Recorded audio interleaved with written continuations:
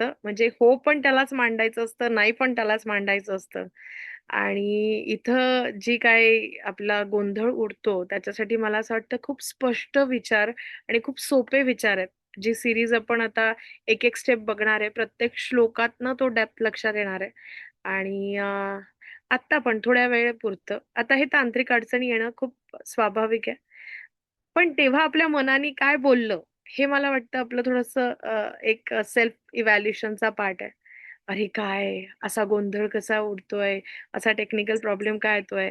का आपलं आतून एक्झॅक्टली मनाने या सिच्युएशनला कसं स्वीकारलंय, याच्यातनं आपल्याला ती ऊर्जा लक्षात येते. मला वाटतं बुवा आलेत, तर आता पुन्हा मी काही न बोलता बुवांकडे हँडओव्हर करते. बुवा चरणस्पर्श. जय श्रीराम. जय जय रघुवीर समर्थ. मनाच्या तोडून ओढी श्रवणी बैसावे आवडी, ऐसे करिता घडीने घडी काळ सार्थकी होतो. आपण सुरुवात करण्यापूर्वी आपले दोन आपण चिंतन एकत्र झाली आपली. आणि त्या चिंतनाच्या वेळेला मला एक सांगायचं राहून गेलं की आपण जसं साधनेला बसताना, उपासनेला बसताना, एक श्रवण ही एक साधना आहे. आणि ही साधना म्हणून आपण त्याच्याकडे पाहावं. कुठलाही विधी करताना, कुठलाही कार्य करताना, कोणतंही साधन करताना, कोणतंही कर्म करताना आपण आपल्या मनाची पवित्रता, म्हणजे आपलं मनाचं पावित्र्य. आता मनाचं पावित्र्य म्हणजे कसं राखायचं, तर आपल्या मनामध्ये असंख्य अशा प्रकारच्या विचारांनी आपण कुठेतरी त्या मनाला एकत्र करण्याचा, त्याला थोडंसं आवर घालण्याचा प्रयत्न करत असतो. पण कसं होतं की त्या मनाला आपल्याला वारंवार सांगावं लागतं की तुला काही झालेलं नाहीये. जसं एखादा पेशंट असतो, एखादा रुग्ण असतो, त्याला काही खरंच झालेलं असताना सुद्धा डॉक्टर त्याची मानसिकता तयार करण्यासाठी त्याला सांगत असतात की तुला काही झालेलं नाहीये. आणि मला असं वाटतं की आपल्या या चिंतनामध्ये मी डॉक्टरच्याही थोडंसं पुढे जाऊन असं सांगेन की डॉक्टर फक्त काही झालेलं नाही असं सांगत असतील, तर मी आपल्याला असं सांगू इच्छितो की मला काहीही झालेलं नव्हतं, मला काहीही होत नाही आणि मला काहीही होणार नाही.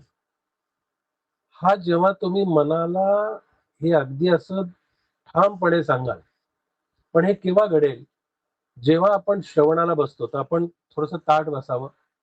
आपल्या मनाची एकाग्रता झालेली आहे, ती झालेली असेल, अगर नसेल झाली, पण आपण मनाला सांगताना सांगायचंय की आता झालेली आहे. कारण काय होतं की हे जेव्हा तुम्ही मनाला सांगाल तेव्हा मन तशा प्रकाराने तुमच्याकडे काही मागणी करतं, तुमच्याकडे काही तशा इच्छा व्यक्त करतं. आपण मनाकडे इच्छा व्यक्त करत नसतो, मन आपल्याकडे इच्छा करत असतं. आपलं मनावरती नियंत्रण आपल्याला वाटतं की माझं मनावरती नियंत्रण आहे, पण नाहीये. माझं मनावरती नियंत्रण नाही, राहू शकत नाही. मनाने मात्र माझ्यावरती नियंत्रण ठेवलेलं आहे. म्हणजे आम्ही सांगतो बोलताना की आपला रिमोट आपल्या हातामध्ये आहे, पण तो मनाने काय केलंय की मनाने त्याच्या हातामध्ये आपला रिमोट ठेवलेला आहे. म्हणून श्रवणाला बसताना सुद्धा आपण काय झालं? हरकत नाही बुवा, कोणाकडनं तरी आवाज आला. केला ठीक मी आहे, ठीक आहे. माझ्या साइडने. असू दे, असू दे, असू दे. हे चालणार आहे. म्हणजे ही मला वाटते तयारी करून घेण्यासाठी कसं बहुतेक होत आहे.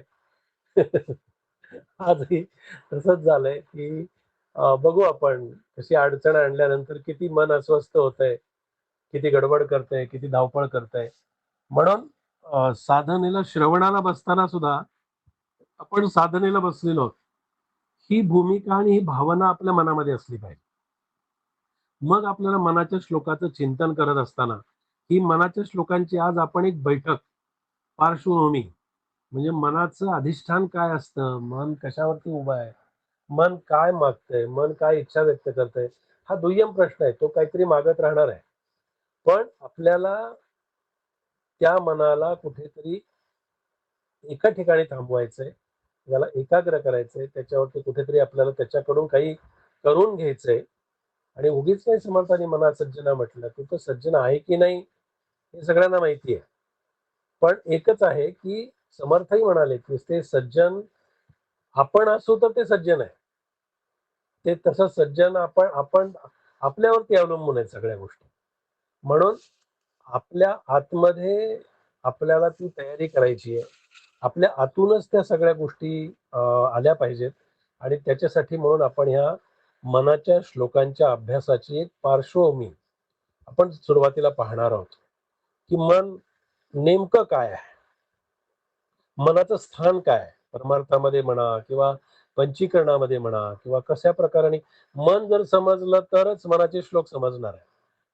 मन समजलंच नाही, मनाचा आवाका जर कळला नाही, मनाचा जर विषय लक्षात आले नाही, तर मग मनाला मनाला बोध करायचा आहे. काय होतं नेहमी, की मन आपल्याला बोध करण्यासाठी सतत आपल्या मागे आहे. म्हणून मनाची जेवढी चिकाटी आहे, मनाचा जेवढा खंबीरपणा आहे, मन इतकं चिकट आहे, मन इतकं एका गोष्टीला धरून बसलेलं असतं आणि ते आपला पिच्छा पुरवतं. आपल्या पाठीमागे सतत लागलेलं आहे. जेव्हा आपण मनाच्या पाठीमागे लागतो, तेव्हा मनाला शांत बसावं लागेल. आणि हे केव्हा घडतं? तेव्हा ही समर्थांची ओवी आपण जी चिंतनाला आज या पार्श्वभूमीसाठी घेतलेली आहे, की सुरुवातीला म्हणजे प्रारंभिक अवस्थेमध्ये, अगदी शेवटपर्यंत नाही. मनाच्या तोडून ओढी. ओढी म्हणजे काय? तर मन काय मागतंय, मन काय विचार करतंय याच्याशी आपल्याला काही कर्तव्य नाहीये. मन काहीतरी मागत राहणारच आहे. मन काहीतरी विचार करत राहणारच आहे. मनातले विचार आणि मनातले विषय कधीही संपत नसतात. कधीही त्याचा अंत नाही, कधीही त्याचा शेवट नाही. फक्त एवढंच आहे, की मन जर थोडंसं आपल्या आवाक्यामध्ये आलं, मनावरती आपण थोडासा अंकुश ठेवण्याचा प्रयत्न केला, मन ताब्यात ठेवण्याचा जर प्रयत्न केला, तर मनाची शक्ती कमी होते. मनाची म्हणजे त्याची जी विषयाकडे असणारी जी धाव आहे, की ते धावणारं मन जे आहे, त्या मनाची तेवढी झाली तरी खूप आहे. मन त्याचं अस्तित्व कधीच सोडणार नाहीये. त्याचं काम ते कधीच सोडणार नाही आणि मला असं वाटतं, की त्यांनी सोडूही नये. का सोडावं? त्याच्याकडे ते दिलेलं आहे काम. त्याचं त्याचं त्याला काम त्याला करू द्यायचं. म्हणून आपण ती मनाची ओढ म्हणा किंवा मनाची काय मागणी असते, मनाची काय आपल्याकडून इच्छा काय आहेत, याच्याशी आपल्याला काही कर्तव्य नाही. पण त्याच्या ज्या काही ओढी आहेत म्हणजे ते कुठल्या विषयाकडे धावतंय. आता हे प्रत्येकाचं एकसारखं असत नाही. प्रत्येकाचं मन वेगवेगळ्या दिशेने धावत असतं. त्याचं कारण सांगतो, की आपल्या प्रत्येकाच्या मनावरती झालेले जे संस्कार आहेत ना, ते प्रत्येकाचे वेगवेगळे आहेत. एकाच प्रकारचे संस्कार नाहीयेत. माझ्यावरती झालेले संस्कार वेगळे आहेत. तुमच्यावरती झालेले संस्कार वेगळे आहेत आणि त्या संस्काराप्रमाणे, संस्कृतीप्रमाणे आणि त्याच्या इच्छेप्रमाणे मन आपल्याकडे त्या गोष्टी सगळ्या करत असतं. म्हणून मनाच्या आपण पुढे जात असताना किंवा मनाच्याकडे आपण पाहत असताना कधीही पण लक्षात ठेवावं, की आपण जर एखाद्याकडे जसा दृष्टिकोन ठेवून बघू, तसं आपल्याला ते दिसेल. आपण म्हणतो ना, की जर कावीळ झाली तर सगळं पिवळं दिसायला लागेल. जशी दृष्टी असेल, तसं आपल्याला दिसायला लागतं. मग मनाकडून जर आपल्याला हा सगळा परमार्थ मार्ग, मनाकडून हा सगळा अ, विषयांचा पसारा किंवा त्याची जर आपल्याला आसक्ती कमी करायची आहे. आसक्ती कमी करणं म्हणजे काय करायचंय? तर ह्या सगळ्या मनाच्या ज्या काही धाव घेण्याचं त्याची जी स्पीड आहे, त्याचं जे काही अ, इच्छाशक्ती त्याची जबरदस्त मोठी आहे. तर ती त्याची कमी करायची. मनाची ताकद कमी करायची मी म्हटलं लोकांना काहीतरी वेगळा त्याच्यातून अर्थ होईल कदाचित. म्हणून त्याचं स्पष्टीकरण देतो, की मनाची ताकद कमी करायची याचा अर्थ असा नाही. पण मनाच्या ज्या काही अवस्था आहेत, म्हणजे आपल्यामध्ये आपल्या आड येणारे विषय किंवा याच्यामध्ये मन किती सहकार्य करतं, मन किती आपल्याला सपोर्ट करतं, हे सुद्धा पाहणं खूप अत्यंत आवश्यक असतं. आणि याच्यासाठी काय आहे, की हा सगळा आंतर प्रवास आहे. हे आपण लक्षात घ्या. साधकाची अंतरयात्रा हा मनाचा मुख्य भाव आहे. आणि ही अंतरयात्रा, अंतरप्रवास, अंतर्मन आपण पाहिलेलं आहे. तर हे अंतर्मनाचा अभ्यास करणं, आपला भाव आपले कुठे जाते ते पाहणं, हे आतमध्ये पाहायचं आहे. आपण काय करतो, स्वभाव आहे, मनाचा स्वभाव आहे, की मी माझं मन कधीच पाहिलेलं नाहीये. मी नेहमी दुसऱ्याचं मन पाहतो. मग मला दुसऱ्याचं मन चांगलं का दिसावं? कसं दिसेल? नाही दिसणार. म्हणून आपल्याला दुसऱ्यातले दोष दिसतात. हे कोण दाखवतं? मन दाखवतं.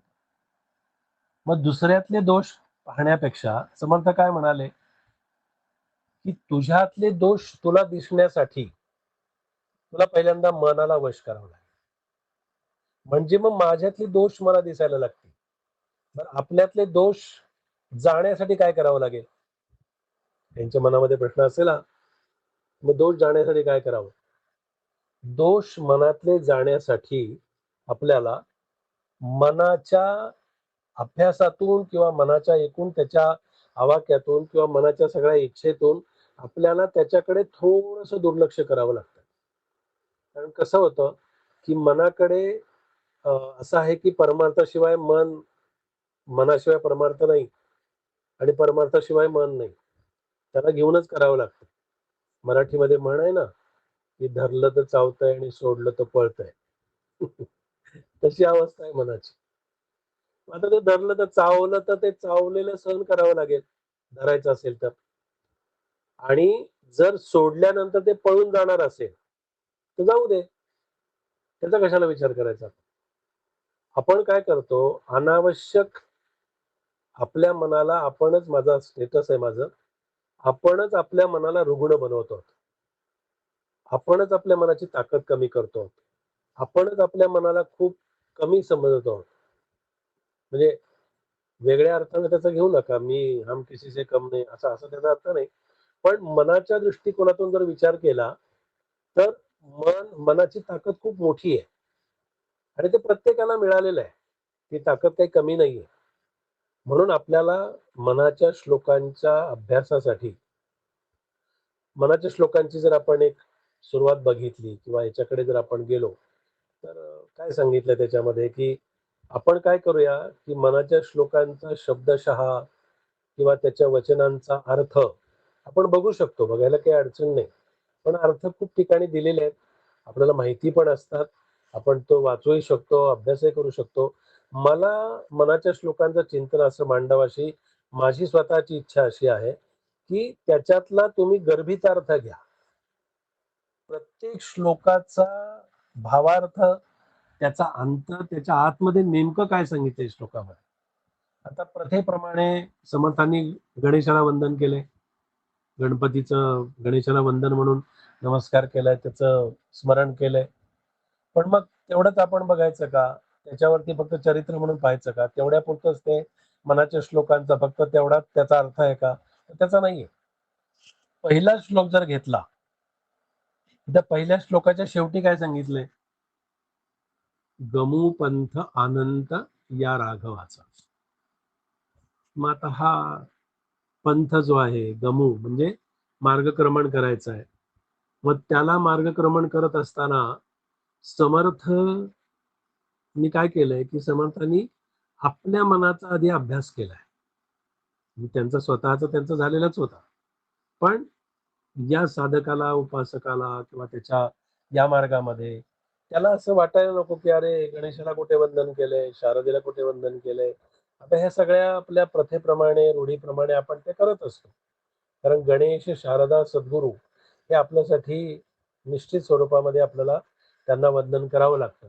म्हणून मनाच्या श्लोकामध्ये समर्थांनी सुरुवातच अशी करून दिली, की गणाधीश जो ईश सर्वा गुणांचा. म्हणजे आपण आज खरं तर त्याची सुरुवात आपण करतो आहोत.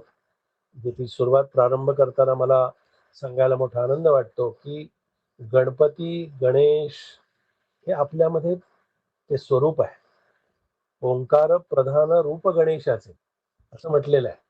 त्यामुळे गणाधीश कसा आहे, गणपती कसा आहे, तो सगळ्या गणांचा ईश आहे. म्हणजे सगळ्या देवदेवतांचं अधिष्ठान म्हणजे गणपती आहे. आता हे गणपतीचं वर्णन करत असताना समर्थांनी दासबोधामध्ये पण खूप छान वर्णन केलंय. ओम नमोजी गणनायका सर्व सिद्धी फळदायका अज्ञान भ्रांती छेदका बोधरूपा. पण त्याच्यात तो पुढे काय समर्थ म्हणतात, म्हणजे आपल्याला हा अभ्यास का करायचा आहे? हे समर्थ म्हणतात की माझी अंतरी भरावे, सर्व काळ वास्तव्य करावे, मज वाक्शून्यास वदवावे कृपा कटाक्षे करून. तसं या श्लोकामध्ये समर्थ म्हणाले की गणाधीश जो ईश सर्व गुणांचा, आता तो सर्व गुणांनी संपन्न आहे, तो गणाधीश आहे, गुणाधीश आहे. त्याचं वर्णन या पद्धतीने समर्थ करतात. मूळारंभ आरंभ तो निर्गुणाचा. आता त्याचा प्रारंभ कसा झालाय पहा, म्हणजे आपण सुरुवातीची पार्श्वभूमी का बघितली किंवा का बघतो आहोत. आता हा निर्गुणाचा प्रारंभ आहे. निर्गुणाचा प्रारंभ म्हणजे काय, तर देहात्म भावाकडून आत्मभावाकडचा प्रवास आहे. म्हणजे देह हा नाशिवंत आहे, असत्य आहे, चिरकाल टिकणारा नाहीये, शाश्वत नाहीये. निर्गुण परमात्मा जो आहे हा शाश्वत आहे, आणि हा शाश्वत परमात्मा म्हणजे गणेश आहे. नमोपंथ अनंत या राघवाचा ही ही वाटचाल करत असताना आपल्याला हे लक्षात घ्यावं लागेल, म्हणजे निर्गुणाचा आरंभ आहे गणपती. आणि हा निर्गुणाचा आरंभ करत असताना समर्थ म्हणाले की गणाधीश जो ईश सर्व गुणांचा मूळारंभ आरंभ तो निर्गुणाचा नमो शारदा मूळ चत्वार वाचा. आता याच्यामध्ये चार वाणी आहेत. एक परा आहे, एक पश्यंती आहे, एक मध्यमा आहे आणि एक वैखरी आहे. आता या चार वाणींचा थोडासा आपण विचार करू आणि हे समजावून घ्यावं लागेल. म्हणजे कुठलाही श्लोक आपण वाचताना आपल्याला त्याच्यातला हा अर्थ आपल्या लक्षात आला पाहिजे.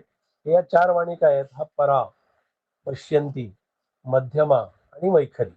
म्हणजे आपल्या वाणी म्हणजे आपल्या वैखरीचा प्रवास आहे.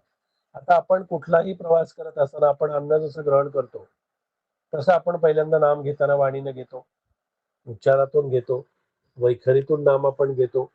पण हे नाम कुठपर्यंत गेलं पाहिजे, तर ते परेपर्यंत गेलं पाहिजे. आणि परेच्या ठिकाणी असणार जे अधिष्ठान आहे, ती परा म्हणजे आपल्या नाभीपाशी असते,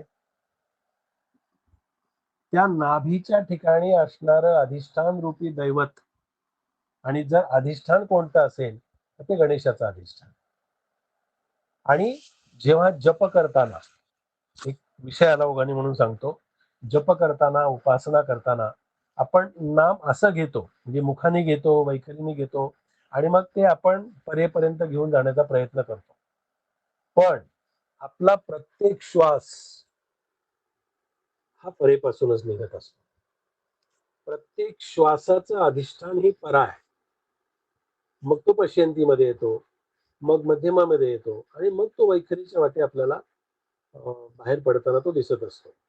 मग आता याच्यामध्ये आपण जेव्हा मनाच्या श्लोकांचा अभ्यास करू त्यावेळेला आपल्याला गणेशाचं रूप बघताना किंवा गणेशाची आरती करताना, गणेशाचं पूजन करत असताना गणपती काय आहे हे आपल्या लक्षात आलं पाहिजे.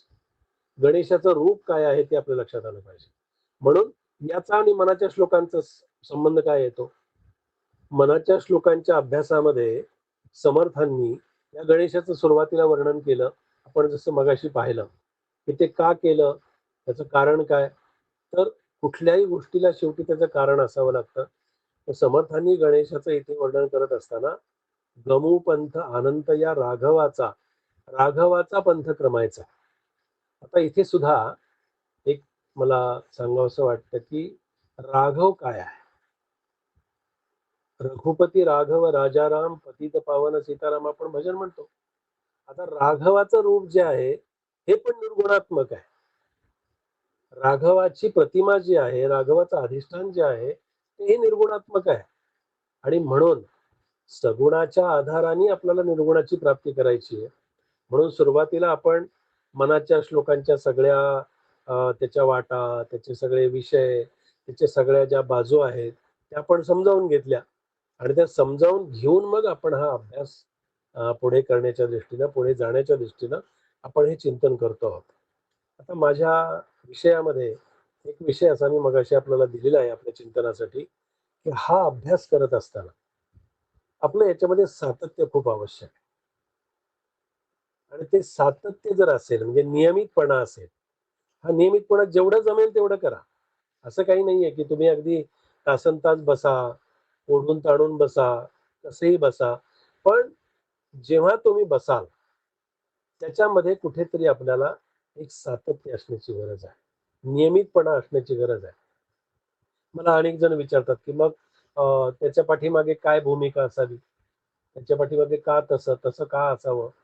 की ठराविक वेळ, ठराविक आसन, ठराविक जागा किंवा योग्य ठिकाणी आपण बसत असतो. तर या सगळ्या ज्या जागा आहेत, याच्यामध्ये असं आहे, की आपण ज्या अधिष्ठान रूपी देवतेला स्मरून, तिचं पूजन करून, तिला अंतःकरणामध्ये आपण वसवण्याचा जेव्हा प्रयत्न करतो, तेव्हा ती देवता आपण साधनेला बसण्यापूर्वी ती तयार असते. म्हणून सातत्य आवश्यक. म्हणून एक वेळ, एक आसन, एक भूमी, एक कुठली तरी जागा. जसं म्हटलं नाही, की आपल्या परमार्थामध्ये काय होतं, एके ठिकाणी चित्त स्थिर राहत नाही. सतत असं त्या वाटा वेगवेगळ्या प्रकारच्या शोधत असतात. आणि मग समर्थांनी तर प्रत्येक ठिकाणी आपल्याला आपली जागा दाखवून दिलेली आहे. ते समर्थ काय म्हणाले, की एक गुरु असावा. तिची फार सुंदर ओवी आहे. एक गुरु, एक देव, कोठेतरी ठेवावा भाव, भाव नसता वाव सर्व काही. म्हणजे जर एक गुरु असला पाहिजे, एक मंत्र असला पाहिजे, एक उपासना असली पाहिजे. एकच आहे. कारण कसं आहे, की या सगळ्या वेगवेगळ्या बाजू आहेत. पण त्याचं अधिष्ठान काय आहे? त्याचं अधिष्ठान आपण जसं श्लोकामध्ये पाहिलं किंवा पाहत असतो आणि हे प्रत्येक श्लोकामध्ये हे येणार आहे. तर प्रत्येक श्लोकाची सुरुवात ही याच पद्धतीने समर्थांनी केलेली आहे आणि त्याचा निष्कर्ष शेवटी दिलेला आहे, की हे का करायचंय? कशासाठी करायचंय? तर आपल्याला आपल्या साधनेमध्ये, आपल्या उपासनेमध्ये, आपल्या परमार्थ मार्गामध्ये आपल्याला जो मार्ग, ज्या दिशेनं जायचंय, जी वाटचाल करायची आहे, कुठेतरी आपल्याला हे निश्चित करावं लागतं. आपल्या आयुष्यामध्ये आपलं ध्येय, आपली बाजू ही आपली पक्की असली पाहिजे. आपण नेहमी काय करतो, की तिथे आपली जरा थोडीशी गडबड होते. एक ध्येय असत नाही आणि मग अ, मनाचं समाधान झालं नाही किंवा थोडंसं मनाला पटलं नाही किंवा काय, की लगेच आपण वेगवेगळ्या वाटा, वेगवेगळे मार्ग आणि नेहमी काय करत असतो आपण, की परमार्थाची आणि व्यवहाराची आपण कुठेतरी अशी गडबड करत असतो. आपल्याला आपल्या व्यवहारामध्ये, आपल्या प्रपंचामध्ये आपण हा नेहमी परमार्थ जेव्हा तिथे आपण नेतो किंवा परमार्थ म्हणून तिथे पाहत असतो, तेव्हा समर्थ असं म्हणाले, की "अरे, परमार्थ हा तुझ्या आत्मकल्याणाचा मार्ग आहे. तो तुझ्या भौतिक सुखाचा, भौतिक विषयांचा याच्याशी काही संबंध नाहीये." म्हणून ही अभ्यासाची एक अशी वेगळी बाजू मुद्दाम का सांगितली, की हा अभ्यास करत असताना आपल्याला गणेशाचं रूप समजावून घ्यावं लागेल. त्याची अवस्था समजावून घ्यावी लागेल आणि एक लक्षात ठेवायचं आपण नेहमी, की गणपतीचं वर्णन करत असताना, गणेशाचं पूजन करत असताना आपल्या मनामध्ये हाच भाव असला पाहिजे, की आपण त्या निर्गुण परमात्म्याची उपासना करायला चाललो आहोत. त्या निर्गुण परमात्म्याची उपासना आपण करतो आहोत आणि हाच निर्गुण परमात्मा आपल्यामध्ये असलेल्या अधिष्ठानाचं ते खरं रूप असतं आणि म्हणून अशा मनाच्या श्लोकाच्या माध्यमातून, चिंतनाच्या माध्यमातून आपण ही बाजू नेहमी पाहण्याचा प्रामाणिक प्रयत्न करावा, असं मला वाटतं. आपण काय असेल तर थोडंसं आणखीन मध्ये जरा या विषयाला अनुसरून काही असेल तर प्रश्न विचारला हरकत नाही. आणि त्याच्यातून आपण थोडं चिंतन करायचा प्रयत्न करू. नक्कीच. कोणाला या विषयावर बुवांना काही विचारायचं आहे? आणि बुवा आणखीन एक विषय होता, की मनाची एकाग्रता करताना आपण त्याचे उपाय आत शोधावे की बाहेर? त्यावर बरोबर. हां. करेक्ट. आपल्याला आज सांगायचंय. तर मला वाटतंय कोणाचा जर आणखीन प्रश्न असेल तर आपण यावर बुवांना ऐकूयात. हो. पण आधी नक्कीच कोणाचा प्रश्न असेल तर विचारू दे. हां, प्लीज असेल कोणाचा प्रश्न तर प्लीज विचारा.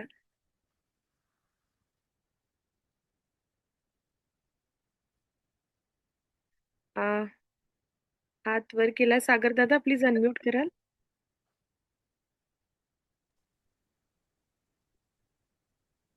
नमस्कार बुवा, मी सागर जोशी.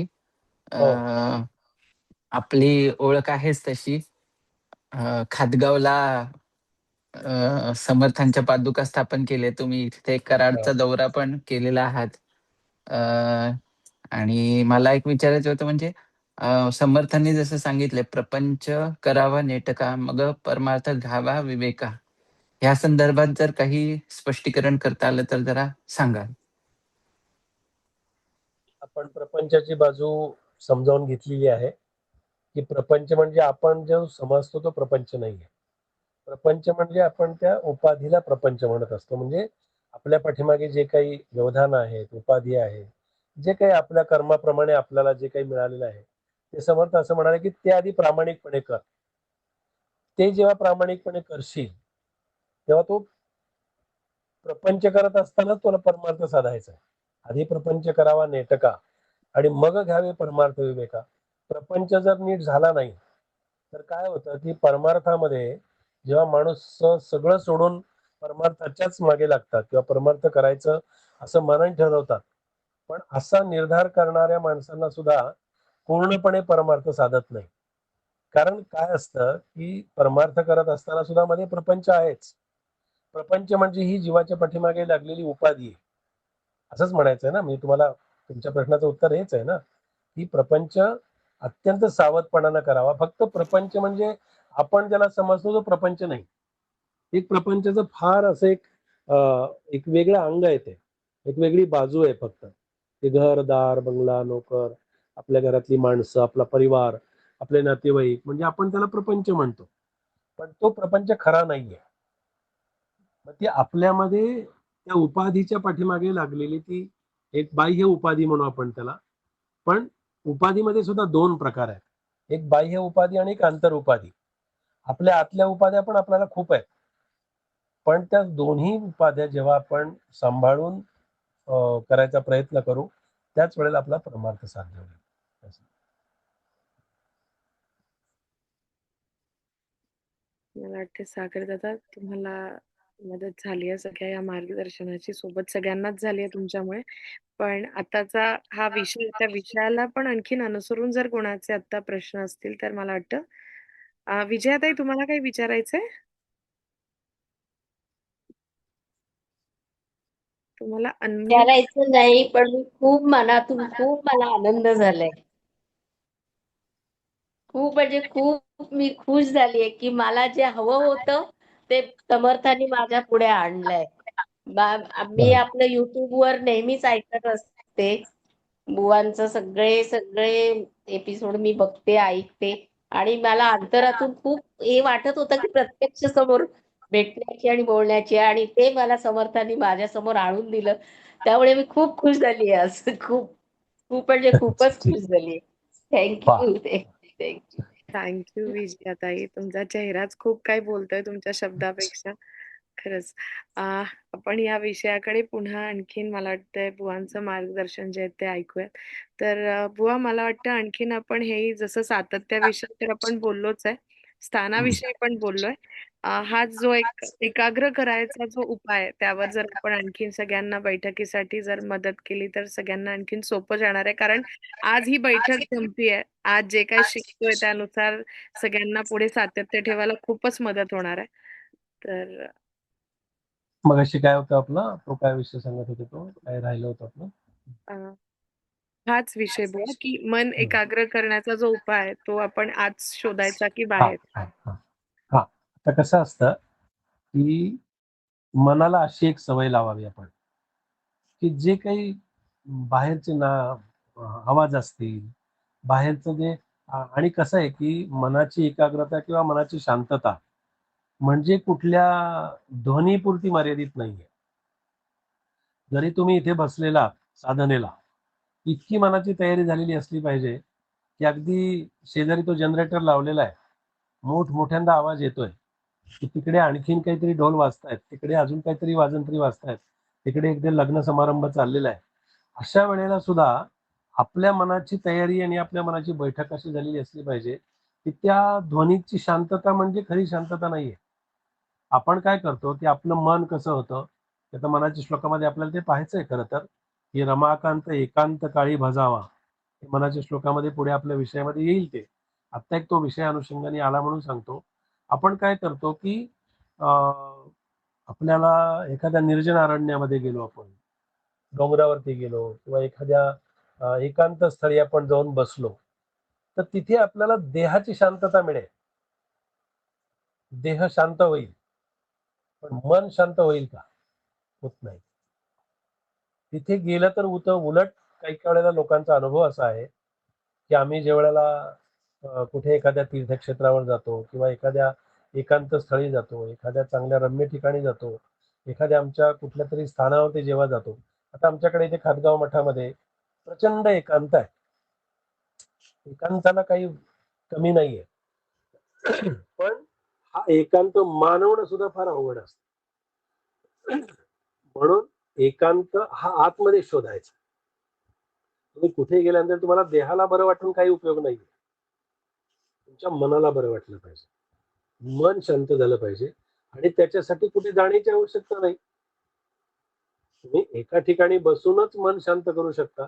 म्हणून हा जो प्रवास आहे, मगाशी सांगितलं की हा आंतरयात्रेचा प्रवास आहे, म्हणजे अंतर्मनाचा प्रवास आहे. किती वाजू दे बाहेर, काही चाललेलं असू दे, किती गोंधळ असू दे, आपल्या मनाला जर आपण सांगितलं की काही नाही, तुला त्याच्याशी काय कर्तव्य आहे, त्याचं काम तो करतोय, मन तिकडे दुर्लक्ष करेल. पण मनाला सांगितलंच नाही, हो मला ध्यानाला बसायचं, ते आवाज बंद करा, नाही, असं असं सांगण्याची काही आवश्यकता नाही.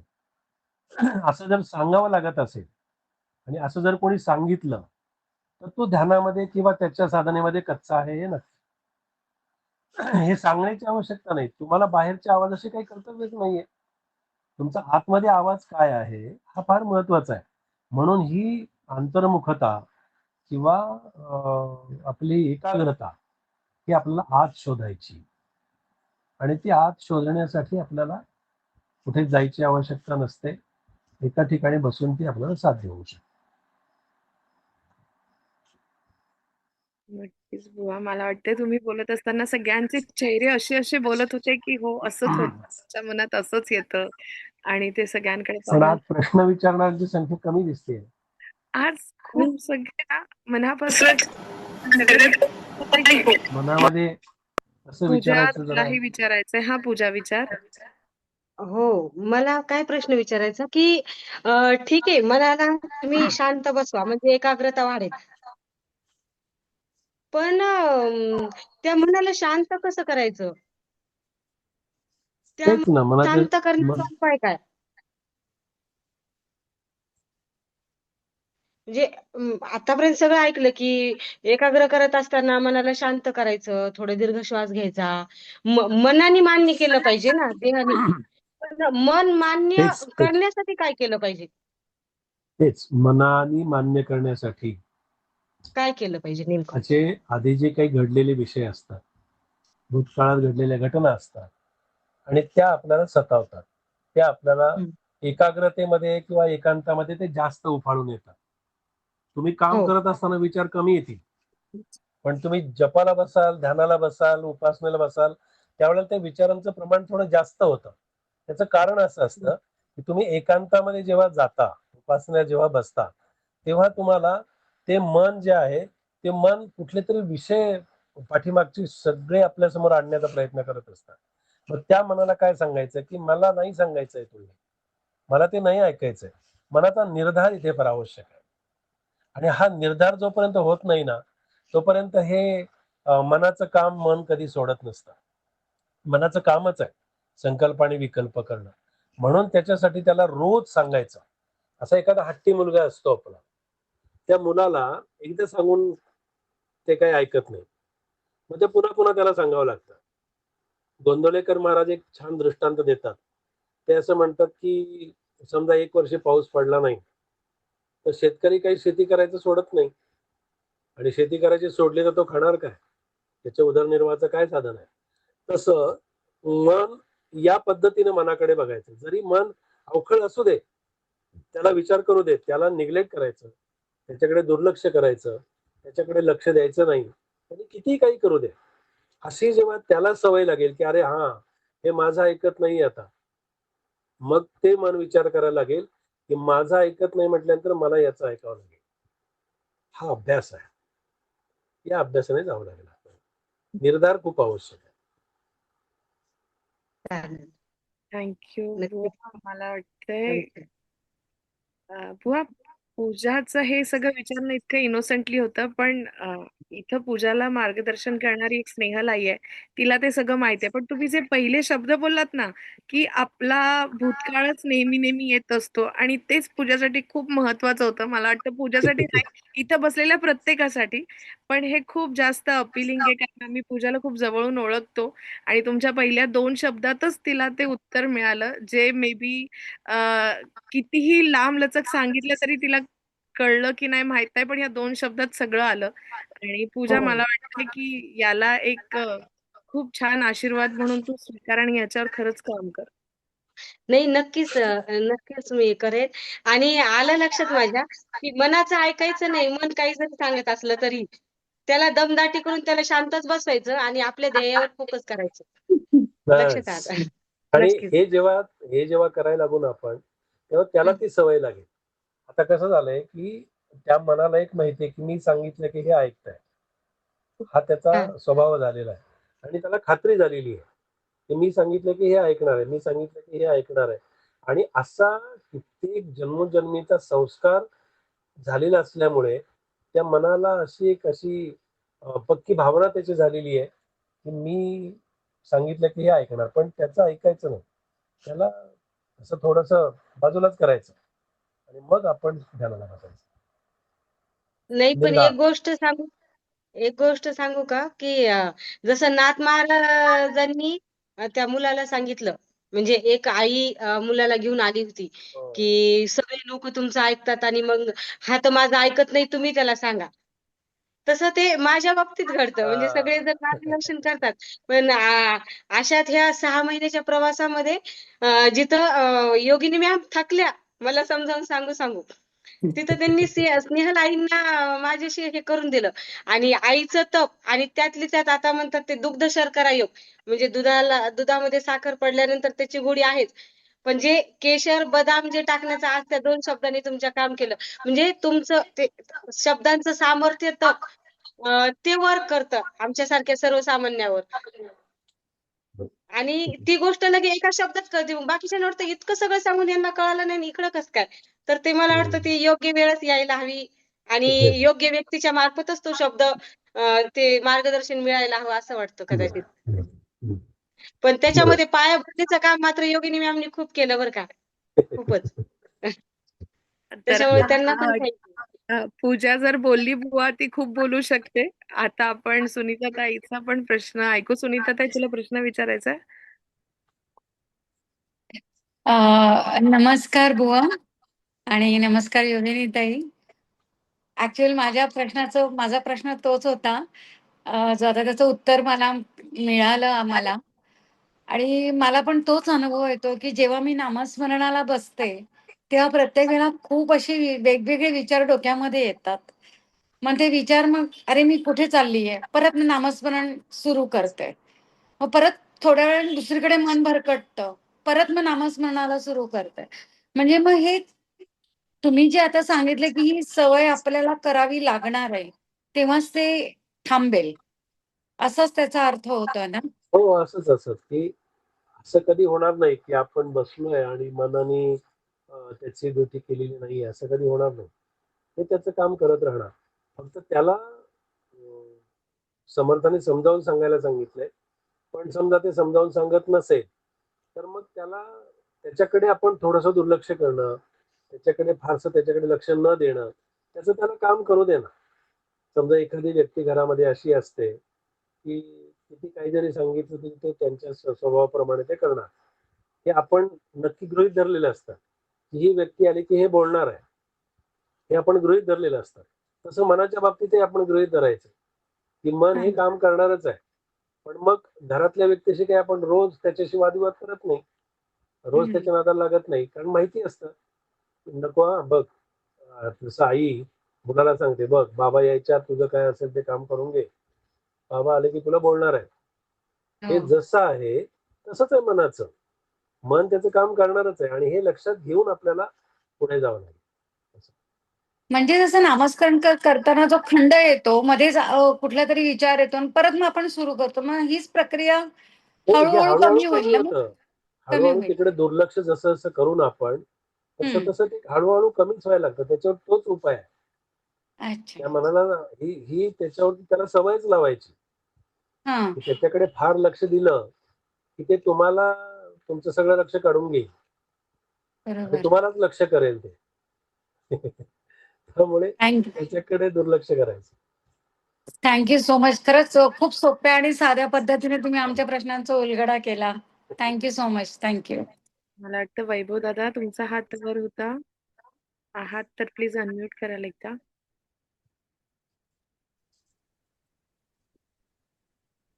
श्रीराम समर्थ. दादांची नमस्कार. हो हो. मागे एक मी रील बघितली होती. त्या रील मध्ये हा. त्यांनी सांगितलं, ज्यावेळेस आपण नामस्मरण करतो, निगेटिव्ह विचार आपल्या मनामध्ये येत असतात, त्यामुळं नामस्मरण हे कंटिन्यू होत नाही आपलं. त्यामध्ये आता जसं ताई मगाशी म्हणत होते तसं खंड पडतो, काय नाही. तर त्यांनी एक उपाय सांगितला होता की आपल्या बाजूनी मीठ पूर्ण गोल राऊंड मध्ये करावं आणि त्या मिठाच्या मधोमध बसावं आणि त्याचं ते निगेटिव्हिटी कमी होती असं मी ऐकलं होतं, तर बघितलं होतं. तर ते त्याबद्दल तुमचं मत काय आहे? नाही कसं आहे की आता तुम्ही मीठ प्रत्यक्ष टाकलं की तुम्हाला ते रील बघितल्यामुळे असं वाटेल की अरे हा मीठ टाकल्यामुळे हे झालं. पण प्रत्यक्ष मिठाचा किती परिणाम होईल त्याच्यापेक्षाही तुम्ही मीठ न टाकता नुसती मनाने कल्पना जरी केली की माझ्या भोवती मी मिठाची पोती अशी पसरलेली आहेत आणि मी मिठाच्या ढिगावरतीच बसलेलो आहे, तरी ती प्रत्यक्ष मीठ टाकण्याची काही आवश्यकता नसते.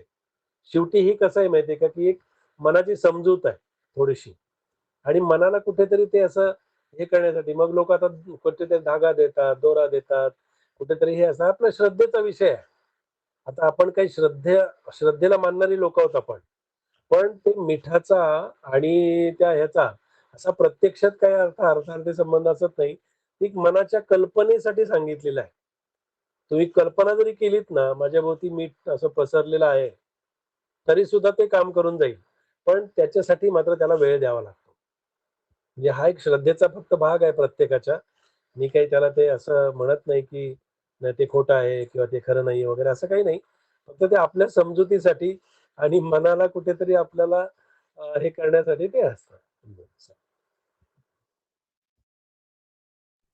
आणखीन कोणाचे काही प्रश्न आहेत? जर कोणी हात वर केला असेल, मी नसेल पाहिला, तुम्ही अनम्यूट शोभनाताई आणि वंदनाताई तुम्हालाही विचारायचंय? प्लीज तुम्ही अनम्यूट करू शकता. शोभनाताई तुम्ही विचारा, मग वंदनाताई विचारतील. नमस्कार. हो. तर आता मगाशी त्या ताईंनी जसं विचारलं तसं आपण मनात कधी केव्हा म्हणजे असे काही विचार पण नाहीत, भूतकाळातले विचार काही कुठलेच विचार नसतात, पण तरी पण साधनेत मन एकाग्र होत नाही, असं काय? ते आपल्याला बाहेरून असं वाटतं ताई की माझ्या मनात काही नाहीये म्हणून. पण जसं मी सुरुवातीला सांगितलं ना आपल्याला की आपली दोन मनं सतत काम करत असतात. एक बहिर्मन त्याला म्हणतात, म्हणजे बाहेरचा विचार करणारं आणि एक मन. आता आपण चिंतनाला बसलेलो जरी असलो आपण, तरी सुद्धा चिंतनात बसल्या बसल्या आपण चिंतनानंतर काय करायचं ते कुठेतरी आपण एक बाजू ठरवलेली असते. उद्या काय करायचं हेही लोक चिंतनात ठरवतात, कारण तेवढी शांतता त्यांना इथेच मिळत असते. तसं आपलं मन आहे ना, आपल्याला जरी एक मन सांगत असलं की तुझ्या मनामध्ये काही विचार नाहीयेत, तरी सुद्धा ते दुसऱ्या मनामध्ये असे विचार भरलेलेच असतात. आपल्याला ते आपल्या लक्षात येत नाही फक्त. असं होत नाही काही की मनात काहीच विचार नाहीये आणि तरी मन एकाग्र होत नाही. असं असं फारसं घडत नाही. एक कुठलं तरी मन तुमचं सतत त्या विचारामध्ये गढून गेलेलं असतं एक. आणि दुसरा त्याचा एक भाग असा असतो की काही गोष्टींचा आपण इतका खोलवर जाऊन विचार केलेला असतो, खूप खोलवर केलेला असतो.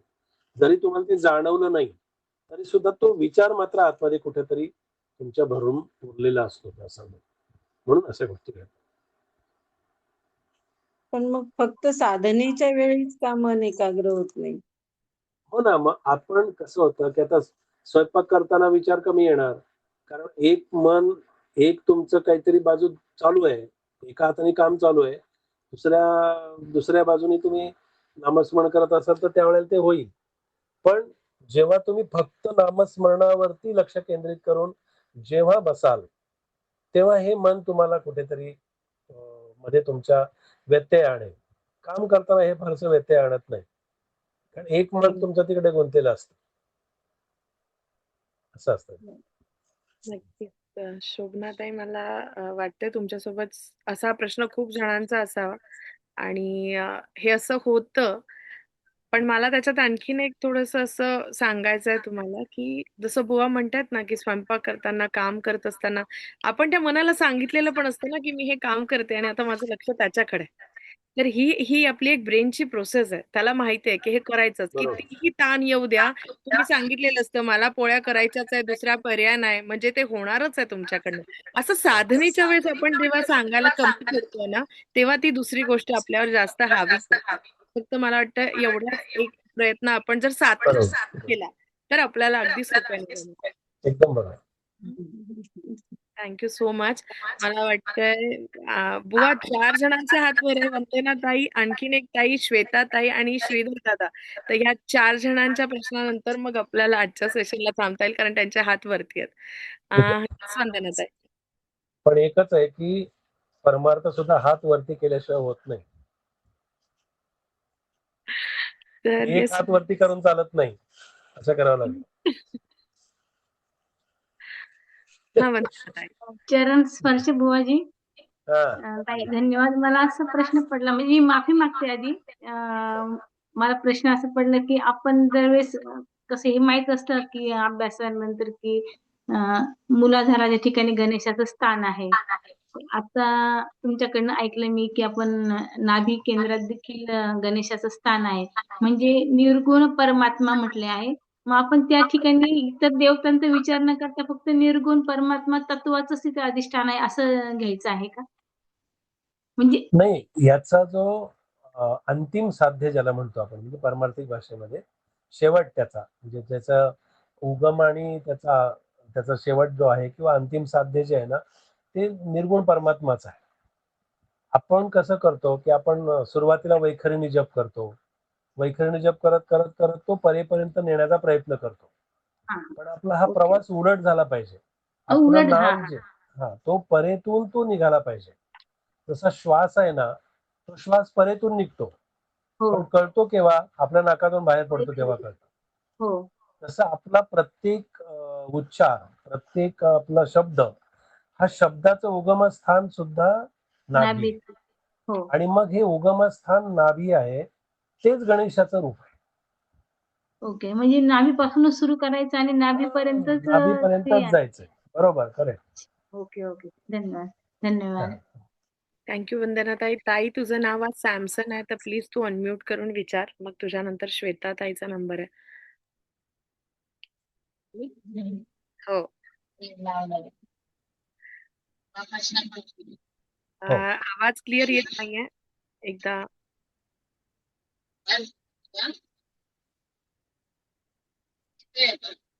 क्लिअर नाही येते. मे बी काही टेक्निकल एरर आहे. तुम्ही हेडफोन लावलाय? ताई, तुमचा हेडफोन असेल तर एकदा तो रिमूव्ह करा. तोपर्यंत मी श्वेता ताईचा प्रश्न घेते. हा श्वेता ताई. नमस्कार बुवा. हो. नमस्कार योगिनी ताई.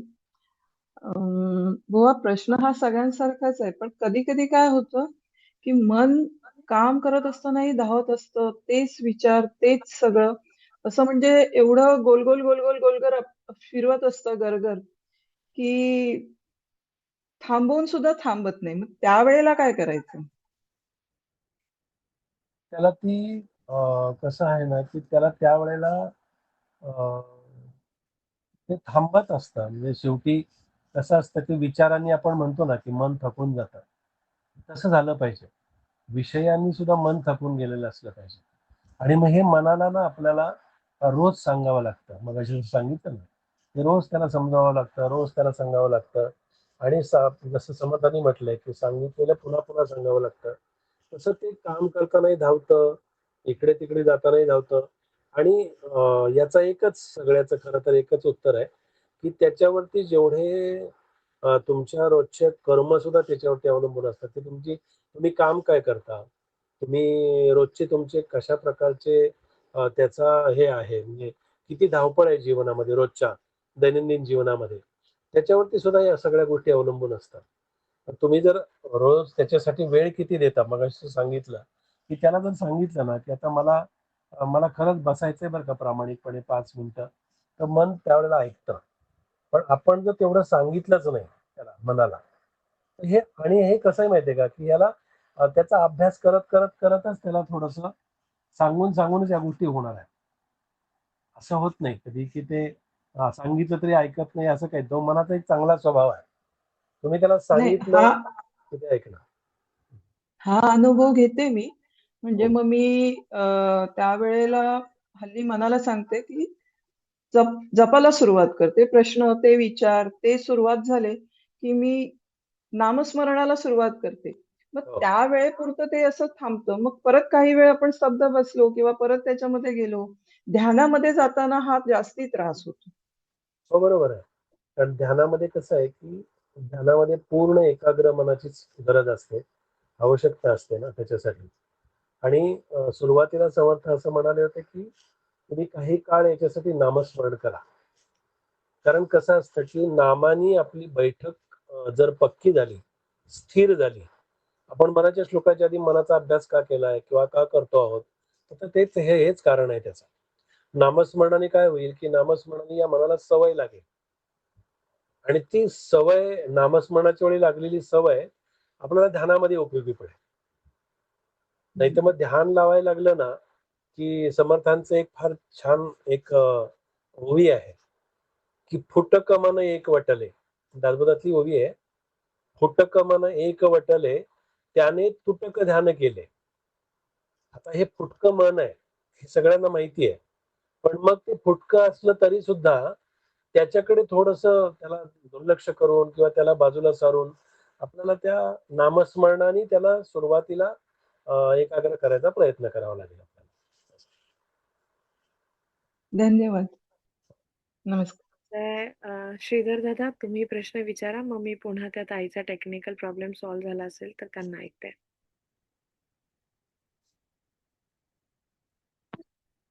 बुवा दंडवत प्रणाम. हो, श्रीराम. श्रीराम. नामाला श्वासावर कसं बसवावं? अ, नामाला श्वासावर कसं बसवावं? सुरुवातीला काय आहे, की मी त्याची बैठक अशी सांगतो, की काही काळ सुरुवातीला म्हणजे सुरुवातीला आपण आपले श्वास खूप असे वाढलेले आहेत. म्हणजे श्वासाची गती वाढलेली आहे, श्वासाचं स्पीड वाढलंय आणि त्या रोजच्या धावपळीच्या जीवनाचा तो परिणाम असेल. ते का वाढलंय त्याच्याशी आपल्याला काही कर्तव्य नाही, पण वाढलेलं आहे. मग ते काही दिवस आहे, काही काळ आपल्याला श्वासावरती नियंत्रण आणावं लागेल पहिल्यांदा. आणि हे श्वासावरती नियंत्रण आणत असताना आपण चांगलं काही करायच्या किंवा नामस्मरणाच्या ह्याच्यात फारसं सुरुवात करायची नाही आपण तशी. कारण ते ऐकणार नाही मन, आपल्याला माहिती आहे. हं. मग ते श्वासाची गती, श्वासाचं स्पीड कमी झालं, की मग हळू आपण त्याच्यावरती ओंकार बसवावा सुरुवातीला.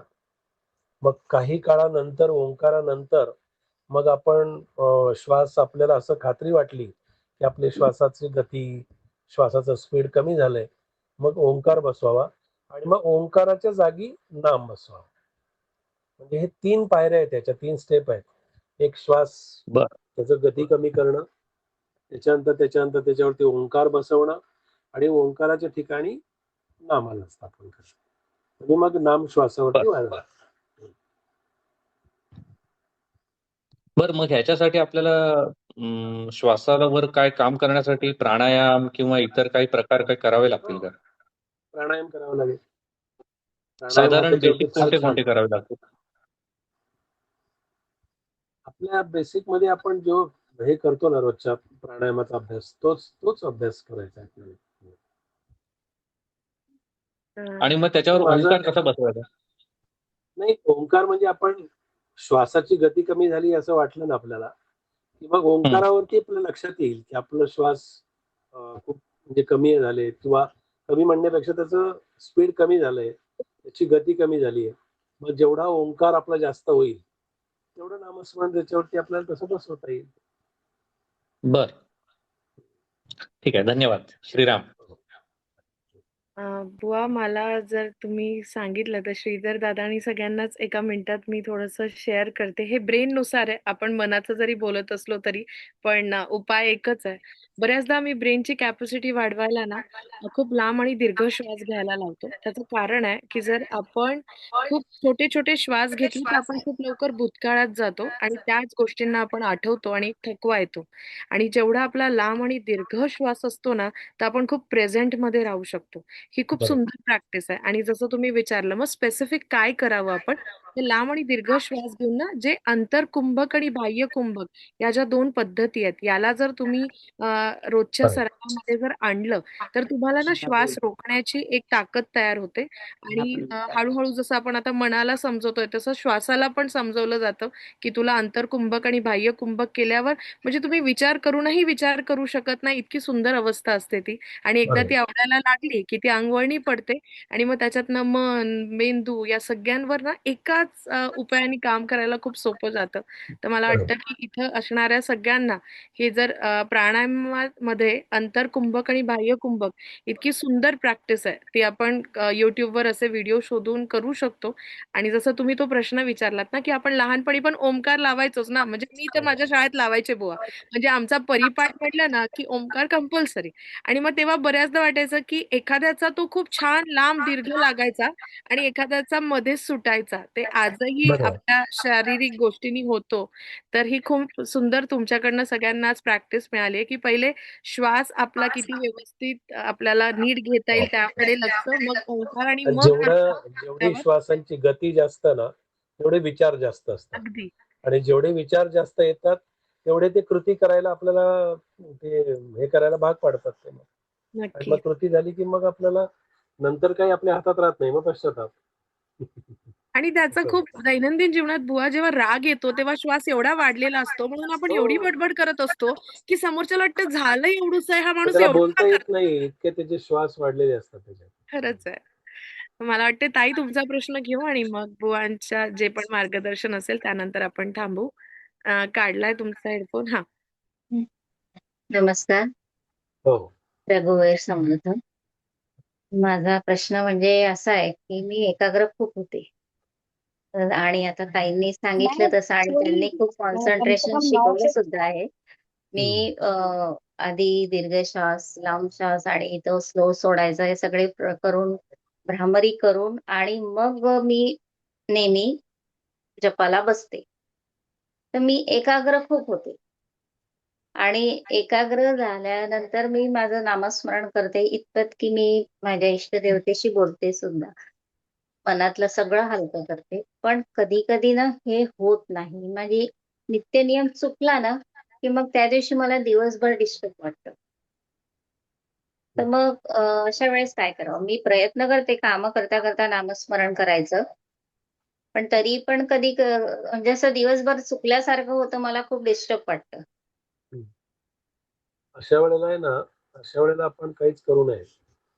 मी तर असं नेहमी सांगतो की ज्या वेळेला तुमचं मन म्हणजे असं रोज तोच अभ्यास ठेवू नये, पण मन ज्या वेळेला असं खूप अस्वस्थ असतं, मन काही वेळेला त्याच्यावरती काही आदल्या दिवशी घडलेल्या काही घटनांचा परिणाम हा नेहमी दुसऱ्या दिवशी आपल्याला अनुभवाला येतो.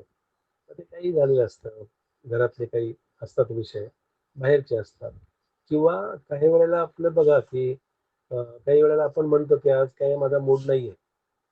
आणि त्याचा मूड कुठे गेलेला असतो ते त्यालाही माहिती नसतं. तर असं काही वेळेला मनावरती असे काही परिणाम झालेले असतात सगळ्या काही गोष्टींचे. मग त्यावेळेला काय होतं की ते परिणाम झाले की आपण मग त्यावेळेला काही करू नये असं माझं उत्तर असतं त्याचं. त्यावेळेला तुम्ही काही अच्छा, करायला कितने जाल बजे त्यावेळेला आते हैं ते वो? तुमचं होणारच नाही आणि मग तुमची आणखीन जास्त अस्वस्थता वाटेल. त्यापेक्षा त्यावेळेला तेवढ्या वेळापुरतं शांत बसण्याचा प्रयत्न करावा आणि शून्य अवस्था शक्यतो साधायचा प्रयत्न करावा. शून्य अवस्था म्हणजे काय? तर तुमच्याकडे मनामध्ये चांगला पण विचार नाही आणि वाईटही विचार नाही. कुठलाच विचार न करता निर्विचार स्थितीमध्ये राहण्याचा प्रयत्न करावा. कुठलाच अभ्यास नाही, कुठलाच विचार नाही. आणि मग त्यावेळेला ते मन आहे ना ते ब्लँक होतं. म्हणजे त्याचं पूर्ण शांत होऊन जातं. अगदी स्वच्छ होऊन जातं.